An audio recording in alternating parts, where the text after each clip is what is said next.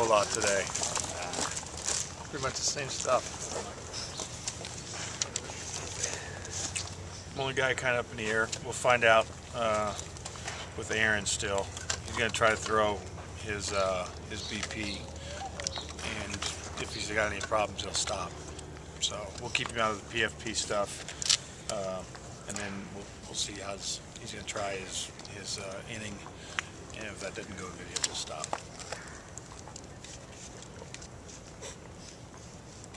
Got that. Andre's okay? You know, there wasn't a word about it today, so I'm assuming that, you know, I know he was sore yesterday a little bit afterwards, and Sue kind of explained to me, I guess he was moving boxes the other day and felt something, but again, he came back out and was able to do some things, so I don't think it's, obviously, her not saying anything about it today, it's not too big of a deal.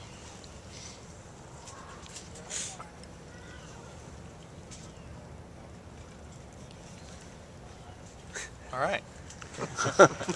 What do you think of the Angels? That again, right? Jeez. Who started that? I won't ask you that again. You started I'm good with that for a while. Did that surprise you? The reaction to that? Or the non-reaction? A little bit. I mean, kind of, you know, I didn't know I didn't say anything. I feel like I did, but maybe I guess I did. Who knows? Things tend to get blown up a little bit these days, don't they? That's all right. Spring training. Everybody's got something to write about. Well, I think it might have been taken a little different locally and nationally. Oh, I'm sure. So I think locally it's kind of like, yeah, what's the, you know, stated the obvious, but Right. I think kind of outside of LA it might have been like, look, they just signed Pujols, what do you know? Right. Yeah. Aren't you supposed to feel that way, though? I mean, is No, there I anything mean- wrong with feeling? No, I don't really need to.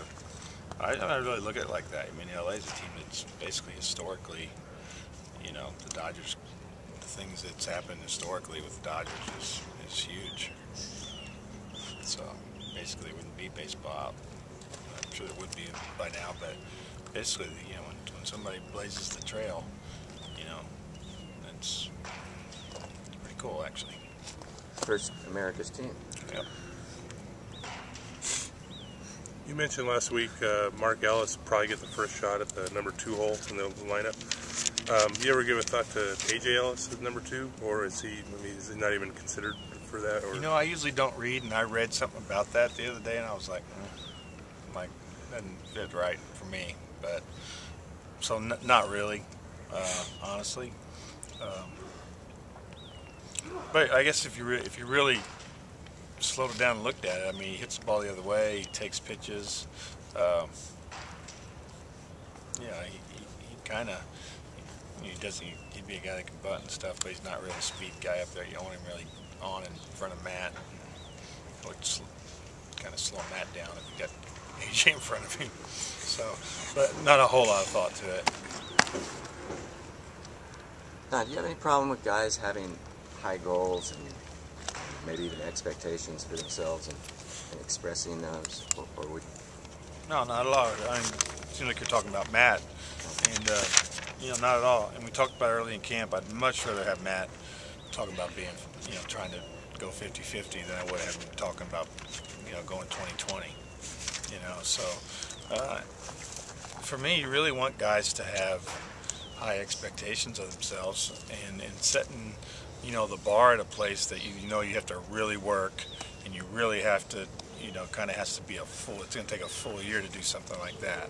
So those kind of goals are great because it basically says I got to be ready to play every day, and that's really what we're asking our guys to do, is get ready to play every day. I want guys to expect a lot out of themselves, honestly. And we talked about it a little bit yesterday. High expectations for yourself really set you up for success, because if you make a mistake, you're the first one that knows it. You don't need me to tell you. And if you guys come to them after the game about a play or something like that, they'll be the first one to say, yeah, I messed that up. I should have made that play, or I shouldn't have thrown to that base, or whatever it is. So you have. I want guys to have high expectations of their performance. Was Ricky like that when you were in New York? Ricky just played. You know, you didn't really. He may have set those kind of goals. I don't know if he, you know, obviously when you're playing, you're just kind of doing your thing. But didn't really pay attention to if he was talking about stealing 100 or whatever. But I'm sure, obviously, you know, the things that Ricky was able to accomplish, he wasn't going out going, well, I hope I steal 25 this year. You know, and when he's still 130, you don't think about stealing, you know, 40s. You think about something like that.